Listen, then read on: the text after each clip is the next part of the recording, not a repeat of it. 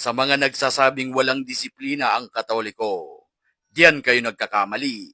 Tagumpay din ang kanilang rally for impeachment sa pangunguna ng mga pari at madre. Isa lang ang kanilang sigaw. Ang ating sigaw, impeach!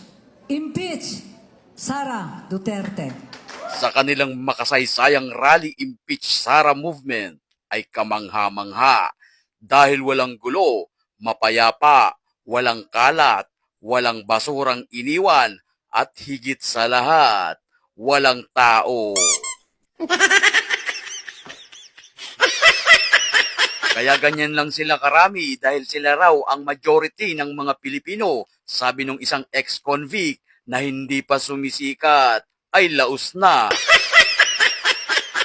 Walang halong pamumulitika ang kanilang rally dahil gusto lang naman nilang pabagsakin ang isang tao dahil sa kanilang haka-haka, prinsipyo at opinyon. Karapatan nila yon, hangad lang naman nila ng kaguluhan. Kaparusahan para sa mga gumagamit ng pundo ng bayan sa maling paraan.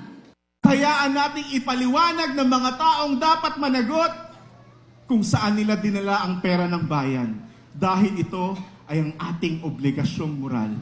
Ang impeachment ay isang obligasyong moral, kaya marami sa hanay ng simbahan ang kasama nyo ngayong hapon dahil naninindigan. Saya ng ating bansa na patunayan mismo sa panulukan na ito na ang panalangin ay makapangyarihan. Na ang panalangin ay kayang panagutin ang mga nang-abuso sa kapangyarihan. Without transparency, there can be no trust.